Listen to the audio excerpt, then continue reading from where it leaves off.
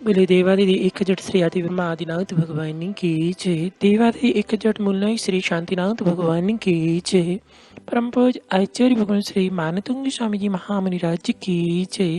परम पूज आचार्य गुरु गुरु शिवराज सागर जी महाराज की जय। भगवान आदिनाथ स्वामी की महिमा को आचार्य भगवान मानतुंग स्वामी मुनिराज कृत गाया जा रहा था और प्रत्येक काव्य की अलग अलग विशेषता को यहाँ पर बताया जा रहा था। उसी क्रम में आज नौवा काव्य अभिषित फलदायक अर्थात इस काव्य को जो विशुद्धि के साथ पढ़ता है उसको जो इच्छा होती है, जो कामना होती है वह पूर्ण होती है। ऐसे काव्य को देखते हैं। आस्तं तवैस्तवनिमैस्ति समैस्ति दोषं तत्संकिथापि जगितां दुरितानि हन्ति दूरे सहस्रकिरणः कुरुते प्रभैव पतिमा करेषु जलजा निविकाशी भांजी। तो आपका समस्त दोषम, समस्त दोष से रहित निर्दोष, स्तवनम स्तवन तो दूरी दूर, आस्ताम रहे, संकथापि आपके नाम की पवित्र कथा भी जगताम संसारी प्राणियों के दुरितानी पापों को हंती नष्ट करती है। आचार्य भगवान कह रहे आप जो है समस्त दोषों से रहे थे, जो वीतरागी अरिहंती भगवान, केवली भगवान, तीर्थंकर सामान केवली होते हैं और सर्वज्ञ वीतरागी हितोपदेशी होते हैं और 18 दोषों से रहित होते हैं। तो यहाँ पर आचार्य भगवान मानते हैं, स्वामी कह रहे कि आप जो है समस्त दोषों से रहित, 18 दोषों से रहित, आपका स्तवन तो दूर रहा, आपके पवित्र नाम रूपी कथा भी संसारी प्राणियों के पापों को नष्ट करती है। सहस्र किरणा, जिस प्रकार से सूर्य दूरी आस्तम दूर ही रहे किंतु उसकी प्रभव कांति ये भी पद्माकरेषु सरोवरों में जल जाने कमलों को विकास भांजी, विकास अर्थात विकसित कुर्ते कर देती है। जिस प्रकार से सूर्य तो दूर रहा, सूर्य की किरण मात्र निकलने से सरोवर में कमल खिल जाते हैं, उसी प्रकार से आचार्य भगवान आदिनाथ स्वामी की महिमा को यहाँ पर प्रकट कर रहे हैं। ये दृष्टांत दिया है कि सूर्य की तो बात ही क्या, जब उसकी प्रभा से भी सरोवर में कमल खिल जाते हैं, वैसे ही आपकी जो स्तुति करता है पवित्र भावों के साथ, निकांक्षित भावों के साथ, निर्मल परिणामों के साथ आपकी है भगवान जो स्तुति करता है, वो तो स्तुति दूर रहे, क्योंकि स्तुति के माध्यम से तो जन्म जन्म से संचित पाप भी कट सकते हैं। तो स्तुति तो दूर रही, पवित्र नाम रूपी कथा, भगवान के मात्र नाम का स्मरण करने से उस प्राणी के, उस भव जीव के समस्त पाप दूर हो जाते हैं। ऐसे पवित्र भगवान का नाम की यहाँ पर महिमा को बताया गया है। इसकी विशेषता है, इसमें कथन आता है कि कामरूप देश की भद्रा नाम की नगरी में राजा हेमब्रह्म शासन करते थे। उनकी पत्नी का नाम हेमश्री था और दोनों धार्मिक व न्यायवान थे। सुख संपदा आदि सब कुछ उनके पास था, फिर भी संतान का अभाव होने के कारण वह हमेशा मन में दुखी रहते थे। एक दिन राजा रानी वन कीड़ा के लिए वन में गए। वहां पर वीतरागी मुनिराज के दर्शन हुए। राजा रानी ने मुनिराज के भक्ति भाव से दर्शन किए। विनय भाव उसके साथ दर्शन करने के बाद उनको नमोस्तु किया और अपने अंदर की पीड़ा को व्यक्त करते हुए उनसे पूछा कि भगवान, हमारे लिए पुत्र की प्राप्ति होगी या नहीं, इसका निवारण कैसे किया जाए। तो मुनिराज ने उस भव्य श्रावक श्राविका के लिए भक्तंबर काव्य 9वें काव्य को केसर से लिखकर उसे पानी से धोकर के उसका जो जल है उसके पीने को कहा और उसने ऐसे ही किया। और उसके साथ साथ उसने जिन मंदिर का निर्माण करवाया, जिन प्रतिमा विराजमान की और उस काव्य की आराधना विधिवत की और उसको पुत्र रत्न की प्राप्ति हुई। इस काव्य की महिमा है। इसका रिद्धि मंत्र है ओम ह्रीम अर्हम नमो शम्भेनि सौदारणम, अर्थात ऐसे रिद्धिधारी जो असंख्यात योजन तक के सभी जीवों का उत्तर दे सकते हैं। ऐसे रिद्धिधारी मुनिराज के लिए इसमें नमस्कार किया गया है। जो संख्यात योजन दूरी पर भी जीव अगर उसके अंदर में किसी प्रकार की जिज्ञासा उत्पन्न होती है तो मुनिराज असंख्यात योजन की दूरी से उस जिज्ञासा का समाधान कर सकते हैं। ऐसे इस रिद्धि मंत्र का जाप करना चाहिए और भक्ति भाव से इस काव्य की आराधना करें ताकि सारी आपकी जो विपत्ति है वो दूर हो। अब 10वें नंबर काव्य को यहाँ पर प्रस्तुत किया जा रहा है। उन्मत्त कुकर विष निवारक, अर्थात एक जहरीले जानवर जिसके काटने से विष शरीर में प्रवेश कर गया है, इस काव्य का विधिवत विशुद्धि के साथ आराधना करने से वह विष की पीड़ा समन को प्राप्त हो जाती है, उसका निवारण होता है। ऐसे इस काव्य को समझते हैं, पढ़ते हैं। नात्यद्भुतं भुवने भूषणे भूते नाथे, भूतिर्गुणिर्भुवि भवन्तिमभीष्टुवन्ता, तुल्या भवन्ति भवितो ननु तेनि किं वा, भूत्या श्रितं ययेहि नात्मि समं करोति। भुवन भूषण, हे तीन भुवन के आभूषण, अर्थात भगवान तीनों लोकों के अग्रभाग पर निवास करते हैं। अधोलोक, मध्यलोक और ऊर्ध्वलोक, या यूं कहे कि तीनों लोकों के भगवान स्वामी है आभूषण स्वरूप। तीन भुवन के आभूषण भूतनाथ, हे भूत माने होता है प्राणी, प्राणी मात के नाथ स्वामी, भूते प्राणियों से, गुणे गुणों के द्वारा, भवंतम आपकी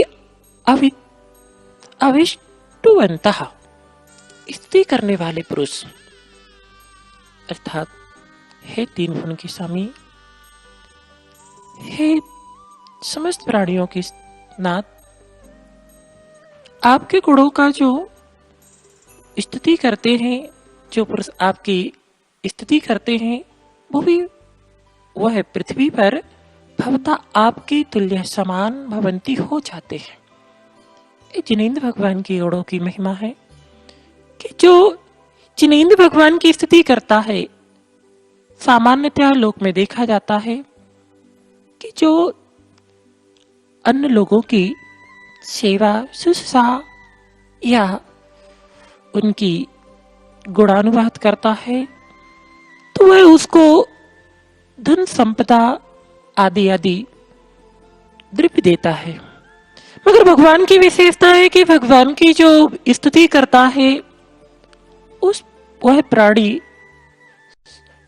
भगवान के समान हो जाता है। तो यहाँ कह रहे कि भगवान आपकी स्तुति करने वाला पुरुष पृथ्वी पर आपके तुल्य समान यानी भगवतपने को प्राप्त हो जाता है। इति यह बात अति अद्भुतम अति आश्चर्यकारक है। कारक ना नहीं अथवा ननु निश्चय से तेन उस स्वामी से किम क्या लाभ, या जो यह लोग इस लोक में आश्रितम अपने आश्रित रहने वाले मनुष्य को बहुत ही बेभो से धन संपत्ति से आत्मसमम अपनी समान ना करोती नहीं करता है। अर्थात ऐसे स्वामी आदि की आराधना करने से क्या लाभ कि वह अपने समान नहीं करता है, क्योंकि लोक में जो जिसकी आराधना करता है, जिसकी आराधना की जा रही है, वह उसको थोड़ा धन संपदा आदि वैभव देकर के उसको संतुष्ट कर देता है। मगर भगवान की जो आराधना करता है वह भगवान के समान स्वयं भगवान अपने को प्राप्त हो जाता है। तो हे जगतभूषण, प्राणियों के स्वामी, आपके यथार्थ गुणों की भक्ति करने वाले इस पृथ्वी पर आप जैसे ही हो जाते हैं। इसमें कोई आश्रित की बात नहीं है। सच्चा मालिक वही है जो अपने आश्रित को सिर्फ अपने जैसा बना ले। ये वितराग भगवान जिनेंद्र की स्तुति की महिमा है कि जो भगवान की स्तुति करता है वह भक्त ही नहीं, एक दिन भगवान अपने को भगवान स्वयं बन जाता है। ये वितराग भगवान की महिमा है।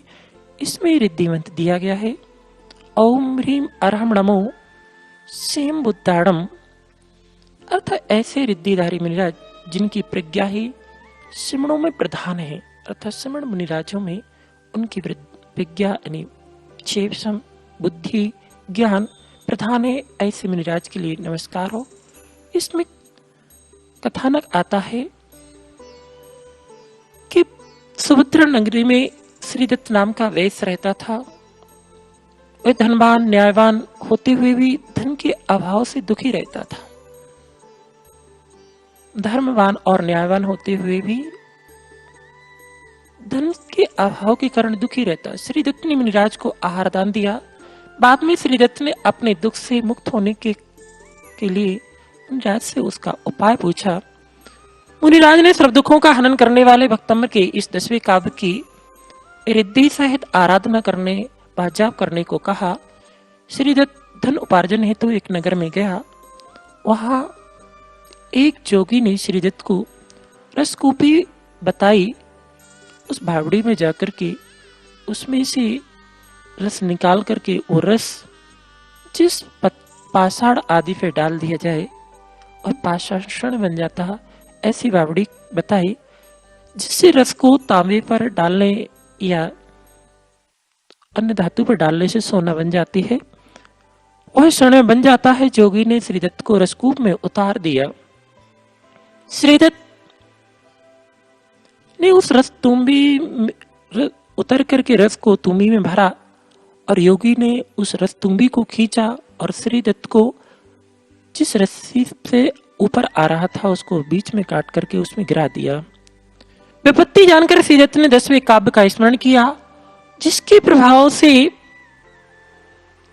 उस काव्य की विशुद्धि के साथ आराधना करने से, उसके प्रभाव से एक देवी प्रकट हुई और उस देवी ने उस विपत्ति से उस श्रीदत्त को उसको बावड़ी से बाहर निकाला। यह सब आश्चर्य देख करके अनेक लोगों ने उस जैन धर्म को, जिनेंद्र भगवान के धर्म को स्वीकार किया और जैन धर्म की जय जयकार हुई। अब इसके बाद 11वें नंबर काव्य को यहाँ पर हम समझते हैं। आकर्षण बढ़ाने वाला, इसकी महिमा है। जो इस काव्य को भक्तिभाव से पढ़ता है उसका प्रभाव समस्त जीवों के ऊपर पड़ता है। ऐसे आकर्षण बढ़ाने वाला इस काव्य को देखते हैं। दिष्टा भवन्ति मनि में शिविलोकिनीयम् नान्यत्ति तोषिमुपि याति जनस्य चक्षु पीता पयः शशिकरत्तुति दुग्धसिन्धो क्षारं जलं जलनिधि रसितुं कायेक्षेत्। अनिमेष अपलक दृष्टि से, बिना पलक झपकाए, बिलोक नियम देखने के योग भगवंतम आपको, हे भगवान आपको दृष्टा देख करके जनस्य मनुष्य की चक्षु आंखें अन्यत्र और कहीं अर्थात अन्न कुदेव आदि में तो संतोष को ना उपयाति प्राप्त नहीं होते हैं। अर्थात हे भगवान आपकी दृष्टि अपलक है। जिनेंद्र भगवान की विशेषता होती है, भगवान की दृष्टि नहीं झलकती है तो ऊपर से नीचे नहीं होती है। ऐसे जिनेंद्र भगवान, वीतराग भगवान आदिनाथ प्रभु की जो एक बार अपनी जन्म चक्षुओं से निहार लेता है, उनके दर्शन कर लेता है, वह है अन्यत्र जो राग सहित देव है उनको देखने का उसका मन नहीं करता है। कुदेव आदि में वह संतोष को प्राप्त नहीं होता है। शशिकर तुति, जिस प्रकार से चंद्रमा के किरणों की कांति वाले दुग्ध सिंधु क्षीर सागर के पया जल को पीता पीकर कहा कौन पुरुष, जल निधि लवण समुद्र की क्षारम खारे जलम जल को रसितम पीने के लिए इच्छा करेगा। अर्थात जिस प्रकार से दृष्टांत दिया है कि जो क्षीर समुद्र, इस मध्यलोक में असंख्यात द्वीप समुद्र हैं। जम्बू द्वीप पहले नंबर का द्वीप है। उस जम्बू द्वीप को घेरे हुए लवण समुद्र है, जो लवण यानी नमक होता है, नमक के जैसा खारे पानी से सहित है। और ऐसे ही असंख्यात द्वीप और समुद्र है। उस असंख्यात द्वीप समुद्र में 5वें नंबर का द्वीप और समुद्र क्षीर समुद्र, क्षीरवर समुद्र, और उसकी विशेषता है कि उसका पानी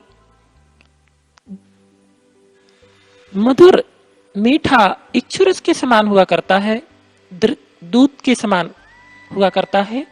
उस पानी को जो पी ले वह उसके लिए संतोष को प्राप्त करा देता है। तो यहाँ पर कह रहे कि जो क्षीर समुद्र के पानी को ग्रहण कर ले वह फिर लवण समुद्र के खारे पानी को पीना नहीं पसंद करता। तो हे जिनेंद्र भगवान, जो अपलक देखने योग्य आपका रूप देख करके जो संतोष प्राप्त होता है वह अन्य देवों को, रागी देवों को देख करके नहीं। क्या क्षीर सागर का कांतिमय मिष्ट जल पीने वाला क्षारीय लवण समुद्र के पानी को पीना चाहेगा? अर्थात नहीं पीना चाहेगा। तो हे भगवान, जो आपके वीतराग मुद्रा का अवलोकन कर लेता है, आपकी सौम्य पाप हारणी जिन मुद्रा को निहार लेता है, वह अन्य कुदेवादी जो संसार की वृद्धि के कारणभूत हैं, रागी हैं, उन सब देवों को देखना पसंद नहीं करता है। ऐसी मनमोहक पाप हारणी आपकी जिन मुद्रा है, इस काव्य का रिद्धिमंत ओम ह्रीम अरहम नमो पत्ते बुद्धाड़म, अर्थात ऐसे रिद्धिधारी जो प्रत्येक बुद्धि के धारी हैं, उनके लिए मेरा नमस्कार हो। इसमें भी एक कथानक आता है कि धर्मप्रिय सुधर्मा रानी थी, उनके तुरंग नाम का एक पुत्र था। पुत्र को प्रकृति के प्रति अनुराग था, अर्थात बहुत सुंदर सुंदर बगीचे आदि ऐसी वस्तुओं से उसको बहुत राग था। तुरंग ने एक सुंदर फल फूल से सहित एक बगीचा तैयार करवाया। बगीचे के बीच में एक बावड़ी थी, उसमें खारा पानी था। इस कारण से तुरंग हमेशा दुखी रहता था। एक दिन तुरंग के माता पिता को चंद्रकीर्ति मुनि का दर्शन हुआ। उन्होंने अपने पुत्र तुरंग के दुख की बात कही और उनसे मुक्त होने का उपाय पूछा। तब मुनिराज ने युक्ति बताई कि 5 स्वर्ण कलश ला करके बावड़ी के पानी से भरो, फिर भक्ति भाव से आदि प्रभु का मंगल अभिषेक करो और उसी पानी से आहार तैयार करके चतुर्विध संघ को आहार करवाओ, जिससे आपकी बावड़ी का पानी मीठा मधुर हो जाएगा। और उसने ऐसा ही किया और भक्तंबर के 11वें नंबर के काव्य को वह पढ़ता रहा, उसकी विधिवत आराधना करता रहा। और आराधना के बाद वहां उस काव्य की आराधना से एक देवी प्रकट हुई और देवी ने प्रकट होकर के उस बावड़ी के पानी को जो खारा था मधुर और मिष्ट बना दिया।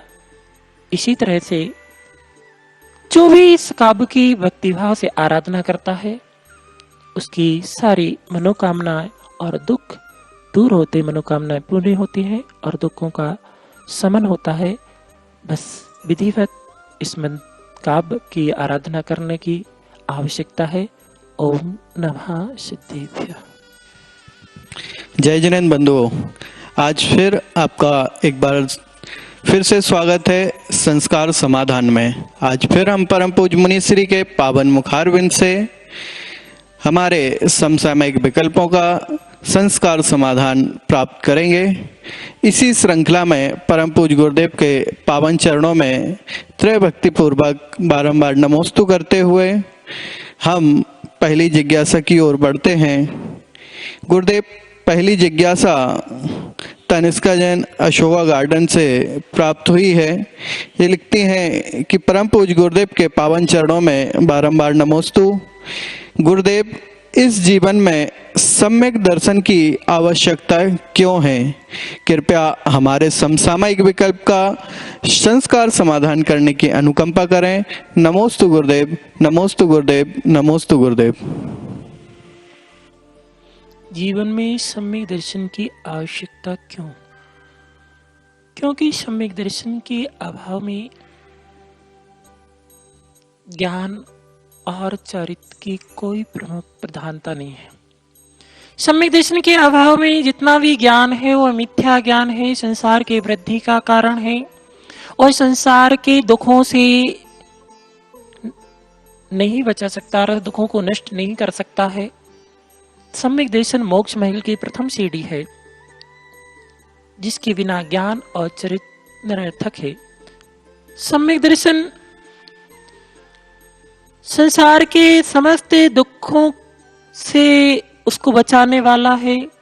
जब तक जीव को सम्यक दर्शन नहीं है, तब तक वह चतुर्गति रूप संसार में 84 लाख योनियों में जो परिभ्रमण कर रहा है, उसका अंत भी होने वाला नहीं है।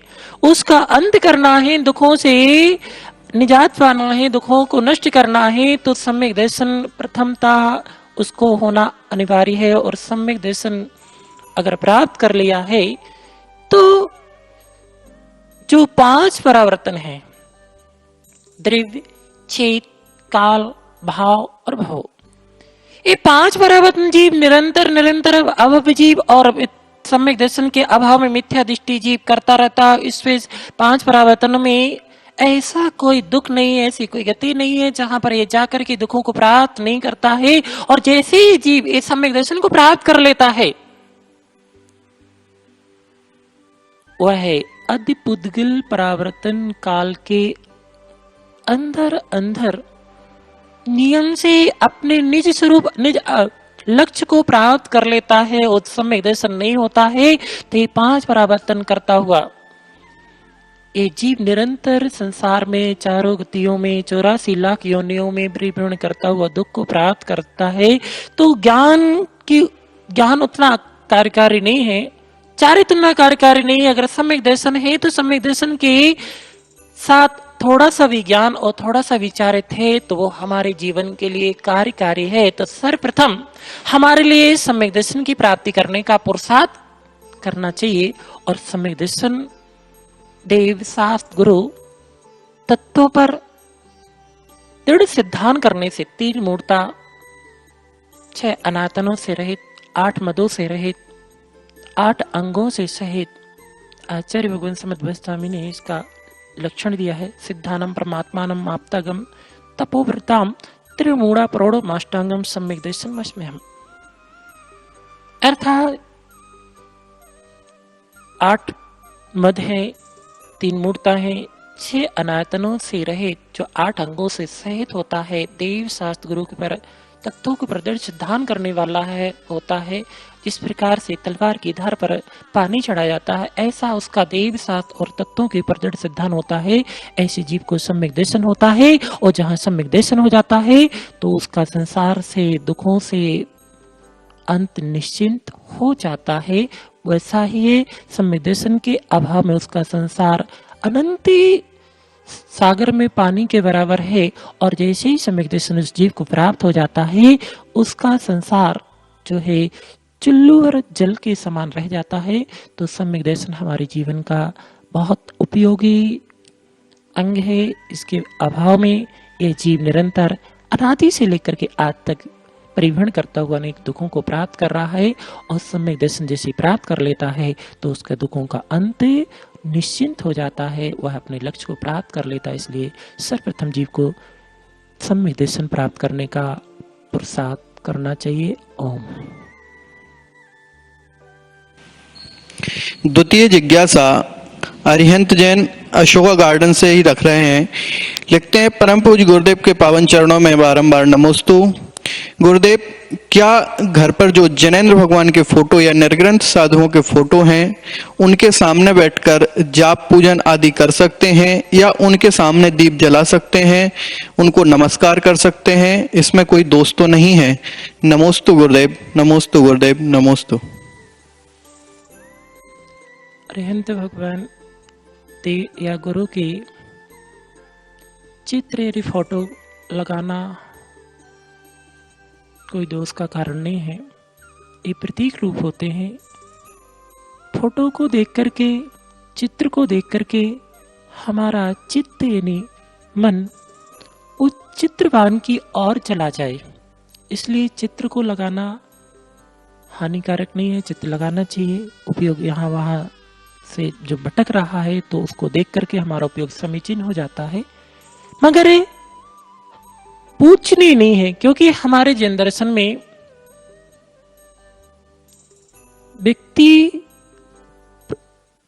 पूजनीय नहीं है, या जो फोटो है वो पूजनीय इसलिए नहीं है कि जब तक उनमें गुणों का आरोपण नहीं किया जाता है। फोटो आदि होते हैं, उसमें गुणों का आरोपण प्रतिष्ठा आदि नहीं होती है, गुणों का आरोपण नहीं किया जा सकता है। इसलिए पंचकरण जैसे महोत्सव होते हैं, जैनेन्द्र भगवान की आकृति में हूबहू वैसी आकृति की प्रतिमा आती है।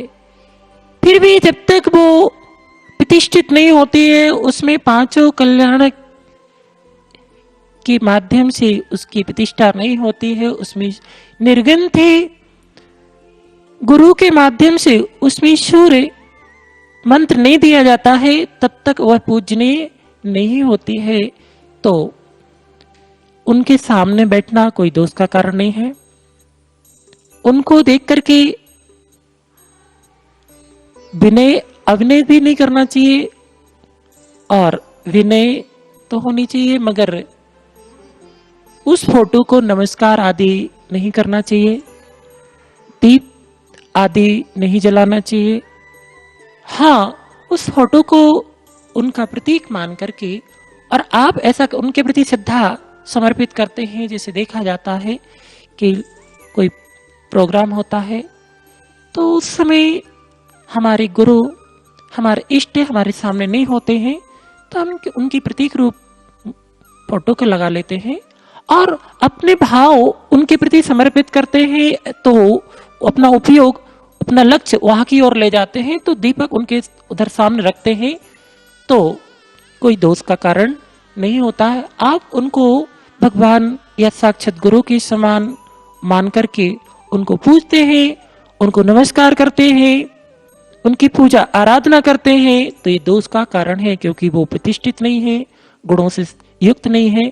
तो प्रतीक रूप में मूर्ति की और गुरु की जो फोटो होती है उसकी सामने हम बैठ सकते हैं, उसकी विनय जो होती है था वो कर सकते हैं, मगर उसकी पूजा आराधना और नमस्कारणीय नहीं होती है। ऐसा जरूर होता है कि वो फोटो होती है और वहाँ कोई वो साक्षात भगवान नहीं है, गुरु नहीं है, तो हम उसको आलंबन बना करके और जहां वो विराजमान है उनको नमस्कार करें, तो कोई दोष का कारण नहीं है। जिस प्रकार से ये जो ज्योतिष दीप विमान सूर्य और चंद्रमा का दिखाई देता है, तो ये जो विमान दिखाई दे रहा है, विमान में जो प्रतिबिंब में जिनेंद्र भगवान की मूर्ति है वो दिखाई नहीं दे रही है, फिर भी लोग बाग अपना भाव बनाते हैं कि इस विमान में जो उसमें जिन चैत्यालय है आकृतिम, उस आकृतिम चैत्यालय में जिनेंद्र भगवान की जो रत्नमयी प्रतिमा है उसके लिए नमस्कार हो, तो देखने में ऐसा लगता है कि वो सूर्य बिंब को नमस्कार कर रहा है, मगर उसका भाव, उसका दृष्टि उसमें विराजित आकृतिम चैत्यालय पर रहती है। ऐसे सामने वो फोटो रखी हुई है और फोटो रखी हुई है चाहे भगवान की हो चाहे गुरु की हो, ऐसा भाव हम ले जाते हैं कि जैसे ये आकार है, इन आकार से सहित जो है साक्षात या प्रतिष्ठित भगवान की प्रतिमा गुरु जहाँ विराजमान है उनके लिए नमस्कार हो, तो उसके सामने अगर कर रहे हैं ऐसे भाव लेकर के, तो दोष का कारण नहीं है। आप फोटो को ही भगवान माने, उनको नमस्कार करें, उनकी पूजा करें, तो दोष का कारण होता है। ओम नमः। अगली जिज्ञासा वैभव जैन मड़ावरा से लिखते हैं, परम पूज्य गुरुदेव के चरणों में बारंबार नमोस्तु। गुरुदेव, क्या देव गति का जीव अपने अवधि ज्ञान से यह जान सकता है कि उसकी अगली गति क्या होगी? कृपया हमारे समसामयिक विकल्प का संस्कार समाधान करने की अनुकंपा करें। नमोस्तु गुरुदेव, नमोस्तु गुरुदेव, नमोस्तु। अवधि ज्ञान की परिभाषा, जो इंद्रिय मन की सहायता के बिना रूपी पदार्थ को द्रव्य चैत्य काल भाव की मर्यादा लिए हुए जानता है, उसको अवधि ज्ञान कहते हैं। देवों के पास यह अवधि ज्ञान होता है। अवधि ज्ञान दो प्रकार का होता है, भाव प्रत्यय ज्ञान और गुण प्रत्यय ज्ञान। भाव प्रत्यय जन्म के साथ जो अवधि ज्ञान होता है उसे भाव प्रत्यय ज्ञान कहते हैं, और देव और नारकियों को होता है, और तीर्थंकरों को भी जन्म से होता है मनुष्य में। तो देव जो है रूपी पदार्थ को अर्थात अपने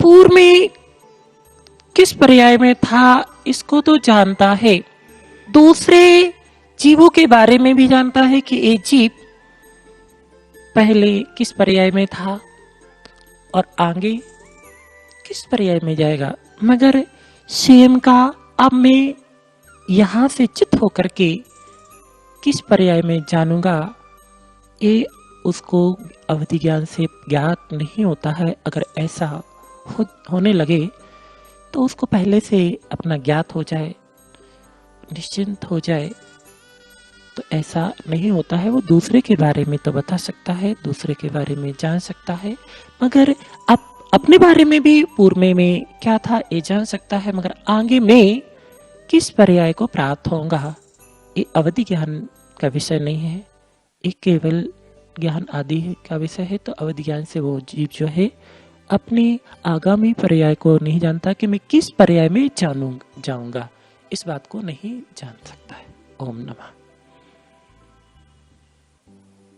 हेलो गुरुदेव, अगली जिज्ञासा अंकुर सराफ जी दानिश कुंज भोपाल से लिख रहे हैं कि गुरुदेव के चरणों में बारंबार नमोस्तु। गुरुदेव, वर्तमान में प्रायः हम ज्योतिष के सहारे ही अपने भविष्य को देखते हैं, तो क्या ज्योतिष से हम अपना भविष्य बदल सकते हैं या नहीं? कृपया हमारे समसामयिक विकल्प का संस्कार समाधान करने की अनुकंपा करें।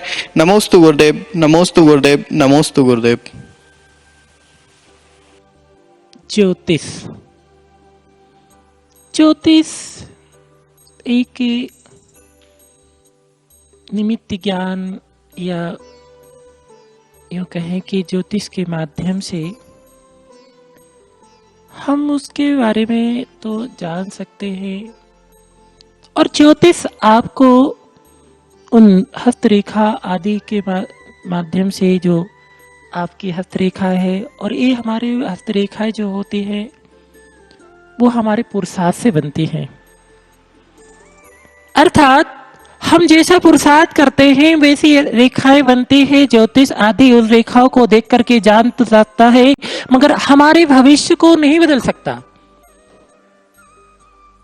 भविष्य को ज्योतिष नहीं, भविष्य को हमारा पुरुषार्थ, हम जैसा करेंगे वैसा होगा। अगर ज्योतिष ने बता दिया और हम पुरुषार्थ ना करें, तो ज्योतिष हमारे पुरुषार्थ नहीं करने पर हमारा पुरुषार्थ को सफल नहीं कर सकता है। तो ज्योतिष जानता है, बस इतना ही है। मगर हम जैसा पुरुषार्थ करेंगे, इतना अपने सामने इतना बड़ा पद्म पुराण में आचार्य भगवान रविशरण स्वामी ने उदाहरण दिया है कि ज्योतिषाचार्य उनके वरिष्ठ गुरु थे, और उन्होंने ज्योतिष के माध्यम से निकाल दिया था कि राम को अयोध्या का राज तिलक होगा, और उन्होंने सारा मुहूर्त निकाल दिया था। और कर्म में जो सत्ता में पड़ा हुआ था वो उदय में आया, तो सारा ज्योतिष फेल हो गया। जहां उनको राज्य प्राप्त होना था वहां उनको वनवास प्राप्त हो गया है। तो हमारे कर्म के उदय से स्थितियां बनती है। हाँ, पुरुषार्थ के माध्यम से हम जो है उसको परिवर्तित कर सकते हैं। और पुरुषार्थ भी पूर्व में जो हमारा सत्ता में कर्म पड़ा हुआ है, अगर वो कर्म न्यूनता से है तो हम उसको चेंज कर सकते हैं। तीव्रता से अगर बंधा हुआ है तो पुरुषार्थ भी फेल हो जाता है। तो ऐसा नहीं, हमारे ऊपर ज्योतिष के ऊपर निर्भर होकर के नहीं रहना चाहिए। हमें अपना पुरुषार्थ अच्छा व्यवस्थित तरीके से करते रहना चाहिए। पुरुषार्थ अच्छा चल रहा है तो आपके भविष्य को बदल सकते हैं, आप अपने भविष्य को बदल सकते हैं। राजा सैनिक का भी उदाहरण है कि राजा सैनिक ने गलत पुरुषार्थ किया, 7वें नरक की आयु का बंद कर लिया, मगर समीचीन पुरुषार्थ भी किया। उस समीचीन पुरुषार्थ करके उस में अपने पुरुषार्थ के माध्यम से परिवर्तन कर लिया। तो ज्योतिष के ऊपर निर्भर नहीं रहना चाहिए। हमारे भाग को बदलने वाला हमारा पुरुषार्थ होता है, तो हमें अपने पुरुषार्थ को करते रहना चाहिए। पुरुषार्थ करते रहेंगे, समीचीन पुरुषार्थ करेंगे तो समीचीन स्थिति को भी प्राप्त कर सकते हैं। आज समीचीन पुरुषार्थ करेंगे तो आज समीचीन स्थिति को प्राप्त कर सकते हैं। तो ज्योतिष है कुछ, मगर सर्वथा सब कार्यकारी नहीं है कि उसी के ऊपर निर्भर होकर के हम बैठ जाए। ज्योतिष शास्त्र ने जो ऐसा बताया था, फिर पुरुषार्थ हम गलत करने लग जाएं और सही हो जाए, तो ऐसा नहीं होता है। तो हमें अपना पुरुषार्थ करते रहना चाहिए। व्यवस्थित तरीके से पुरुषार्थ करेंगे तो हमारा ज्योतिष, हमारा जो भाग रेखा है हमारे पुरुषार्थ से वो बदलती रहती है, और बदलती रहती है। हम अपनी स्थिति को पुरुषार्थ से बदल सकते हैं। ओम नमः। अगली जिज्ञासा श्रेयांश जैन वबीना अपने गुरुदेव के सामने रख रहे हैं। हे स्वामी नमोस्तु। अपने जैन धर्म के अनुसार किसी जानवर को पालना क्या उचित है? कृपया मार्गदर्शन बताएं। नमोस्तु महाराज जी, नमोस्तु। जानवरों में प्रत्येक जानवर आ जाता है और किसी को अपनी सुख सुविधा, अपने अच्छा लग रहा आकर्षण के लिए या किसी प्रकार से किसी जीव को बंधक बनाकर रखना, ये हमारे आगम विरुद्ध है। उसको बंधक बनाना दुख पाप आश्रय का कारण है।